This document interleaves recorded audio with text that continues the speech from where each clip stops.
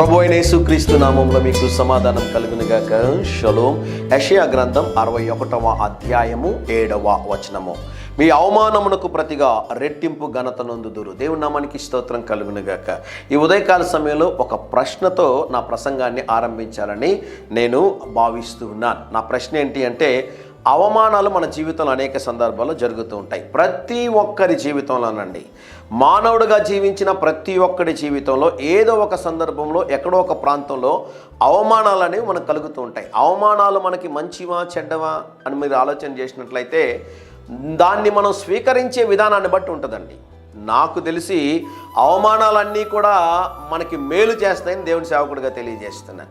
అనేక సార్లు మనల్ని ఎవరైతే అవమానపరిచారో వారి ముందు మనం తలెత్తుకుని నిలబడాలి అనే ఉద్దేశంతో పౌరుషంగా మన జీవితంలో కష్టపడి ముందుకు రావడానికి ప్రయత్నం చేస్తుంటాం. అవునా కాదండి? ఆలోచన చేయండి. ఉదయకాల సమయంలో అనేక సందర్భాల్లో మన అవమానాలను కూడా మనం ఏం చేస్తుంటామంటే ఆశీర్వాదకరంగా దేవుని కృపను బట్టి మార్చుకుంటూ ఉంటాం. అవమానం జరిగితే మంచిదే, కానీ ఆ అవమానంలో నుండి మనం బయటికి రావడానికి పరిశుద్ధాత్మ దేవుడు సహాయం చేస్తాడని దేవుని సేవకుడుగా ఈ ఉదయకాల సమయంలో మీకు జ్ఞాపకం చేస్తున్నాను.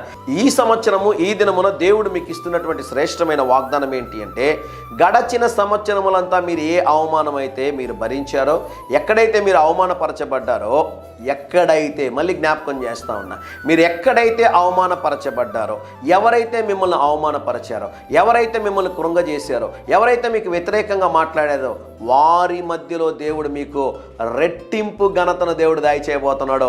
దేవుని నామానికి స్తోత్రం కలుగునుగాక. నమ్ముతున్నారా? దేవుని సేవకుడుగా చెప్తున్నాను, ఈ కార్యము దేవుడు మీ జీవితంలో జరిగించునుగాక. సంతోషంగా ఈ వాగ్దానాన్ని పట్టుకుని ప్రార్థించండి. ప్రభువా, నా జీవితంలో ఎన్నో అవమానాలు జరిగాయి ప్రభువా, ఉదయకాల సమయంలో మీరు మాట్లాడారు, మీకు స్తోత్రం. నా అవమానానికి రెట్టింపు ఘనతను నాకు దయచేయండి ప్రభు అని మీరు ప్రార్థన చేయగలిగితే ప్రియులరా, 2026వ సంవత్సరంలో దేవుడు మీ యొక్క ప్రతి అవమానమునకు రెట్టింపు ఘనతనిచ్చి దేవుడు మిమ్మల్ని ఆశీర్వదించి హెచ్చించబోతున్నటువంటి సంవత్సరం ఇది. ధైర్యంగా ఈ దినాన్ని ఎదుర్కోండి.